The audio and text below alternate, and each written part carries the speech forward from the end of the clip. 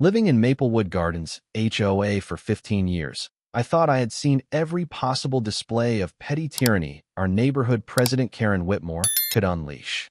The woman treated our covenant codes like they were the Constitution itself, prowling the streets daily in her white Lexus SUV with her clipboard, documenting violations with the dedication of a war correspondent. My first real run-in with Karen came after my divorce when I painted my front door navy blue. Within 48 hours, I found a violation notice stating all exterior doors must be painted in approved earth tones only. When I called to explain that navy blue was an earth tone, she actually laughed at me and hung up. I remember thinking this woman seriously had nothing better to do than measure the exact shade of my door paint. But I wasn't about to let some power-hungry suburban dictator tell me what color my own front door could be. Over the following months, I watched Karen wage war against anyone who dared step out of line. She cited Mrs. Chun for too many wind chimes, made the Johnsons remove their tire swing, and even called the police on 12-year-old Tommy Martinez for riding his bike after 6 p.m. My son Michael was a junior at State University, majoring in criminal justice. He usually came home every few months, parking his 15-year-old Honda Civic in our driveway. The car had a modified exhaust system that made it sound slightly louder than average. Nothing obnoxious, just a deeper rumble. Michael had saved up for months to buy that car, and the exhaust modification was completely legal. Michael's childhood best friend was Danny Rodriguez, who now worked as a police officer in our precinct. They had grown up 3 streets apart and remained close friends even after Danny graduated from the police academy. The problem started during Michael's spring break visit. He had been home exactly 6 hours when Karen appeared at my front door with her violation clipboard. "Mr. Peterson," she began, "your son's vehicle is in violation of our noise ordinance. Covenant Section 7.4 clearly states that no vehicle producing excessive noise shall be permitted between 7 p.m. and 8 a.m. I glanced at my watch. It was 2:30 in the afternoon. Here we go again, I thought. Karen's found a new target, and this time it's my kid. "Karen, it's the middle of the afternoon, and Michael's car passed state inspection. The exhaust system is completely legal. Legal and appropriate for our community are 2 different things," she replied. "If the vehicle cannot comply with our noise standards, it should not be parked on HOA property. It's parked in my driveway. My property. Your property is subject to HOA covenants. I'll be documenting this violation." The next morning, I found a violation notice on Michael's windshield, claiming he had disturbed the peace at 6:15 a.m. The problem was, Michael had been asleep until 7:30, and his car hadn't been started. I called Karen immediately. "Michael's car was parked all night. He was asleep when you claimed this violation occurred." "I observed the violation at 6:15 this morning," she insisted. "You observed a parked car making excessive noise? The vehicle's presence constitutes a violation of our noise ordinance. A parked car can't violate a noise ordinance, Karen. Don't lecture me about HOA regulations. Your son has until 6 p.m. today to remove that vehicle, or fines will begin accumulating."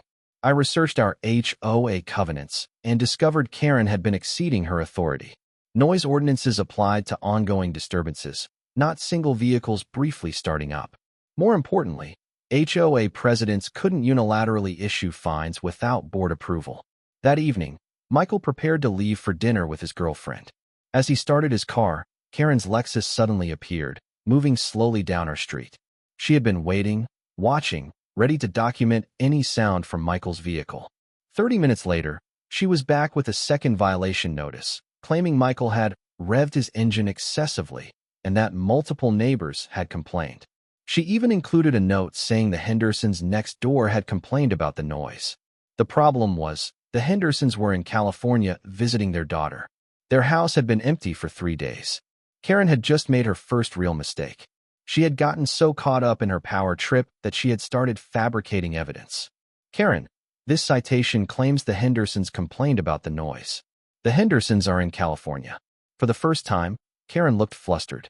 "They must have called before they left. The citation is dated today. I may have misunderstood the timing. Or you made it up." I demanded a formal HOA board hearing. The board voted unanimously to dismiss all citations and required Karen to provide evidence for future violations. But Karen wasn't finished. Saturday evening, Michael moved his car to the street so I could get mine out of the garage the next morning. 20 minutes later, Karen was pounding on my door. Your son has parked illegally on a residential street. City ordinance clearly states vehicles cannot be parked on public streets between 9 p.m. and 6 a.m. without permits. Karen, that's not a city ordinance. I've already called the police to report the violation. I couldn't believe it. This woman had actually called the police on my son for parking legally on a public street. 10 minutes later, a patrol car pulled up. The officer who got out was Danny Rodriguez, Michael's childhood friend. Michael, what are you doing here? Danny called out, clearly confused. Danny, I got a call about an illegally parked vehicle at this address. Danny examined Michael's Honda and came back shaking his head. The car is legally parked. No violations whatsoever. Karen appeared from across the street with her clipboard. Officer Rodriguez, I called to report this vehicle parked in violation of city ordinance. Ma'am, I've inspected the vehicle. It's legally parked. Are you sure? I researched the ordinances about overnight street parking. Ma'am, there's no such ordinance in this city. Karen's face flushed. But surely there must be some regulation? No, ma'am. The vehicle is legally parked. Can't you at least ask them to move it as a courtesy? Ma'am, I can't ask citizens to stop doing legal activities. Karen's voice rose. Officer, I don't think you understand the situation. This is a quality neighborhood with standards. Ma'am, HOA regulations don't override city law. But what about the noise ordinance?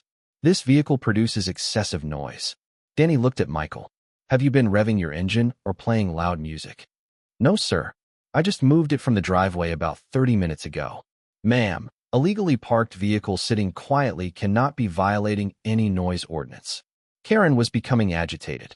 Officer, I called 911 to report a violation, and you're supposed to do something about it. Ma'am, my job is to enforce the law. The law is not being broken here. Well, then maybe you're not the right officer for this call. I want to speak to your supervisor. 20 minutes later, Sergeant Martinez arrived, clearly unhappy about being called out on an obvious non-issue. Rodriguez, what do we have here? Sergeant, I responded to a call about an illegally parked vehicle. The vehicle is legally parked. No violations. Ma'am, the sergeant said to Karen, what specific ordinance are you citing?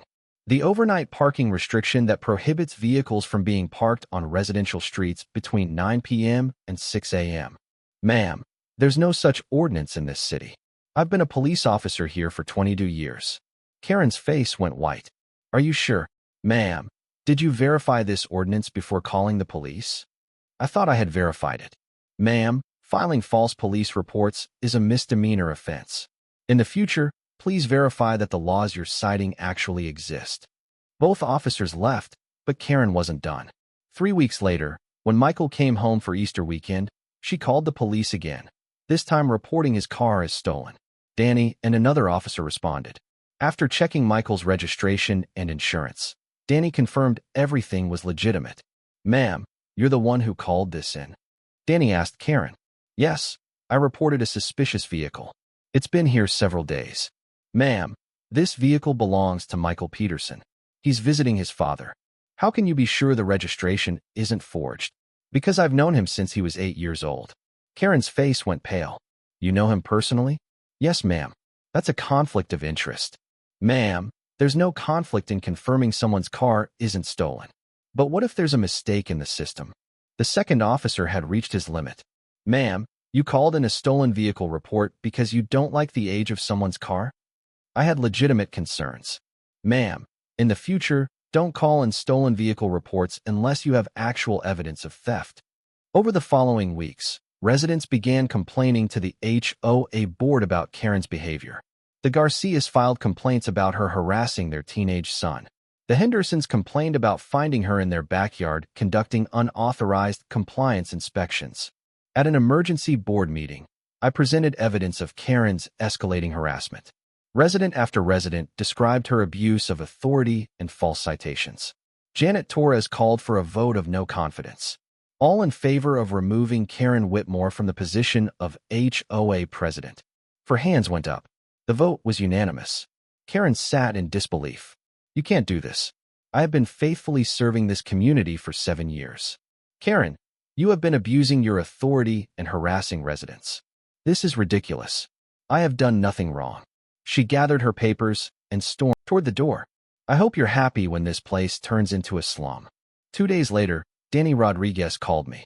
Mr. Peterson, I wanted to let you know we've arrested Karen Whitmore for filing false police reports.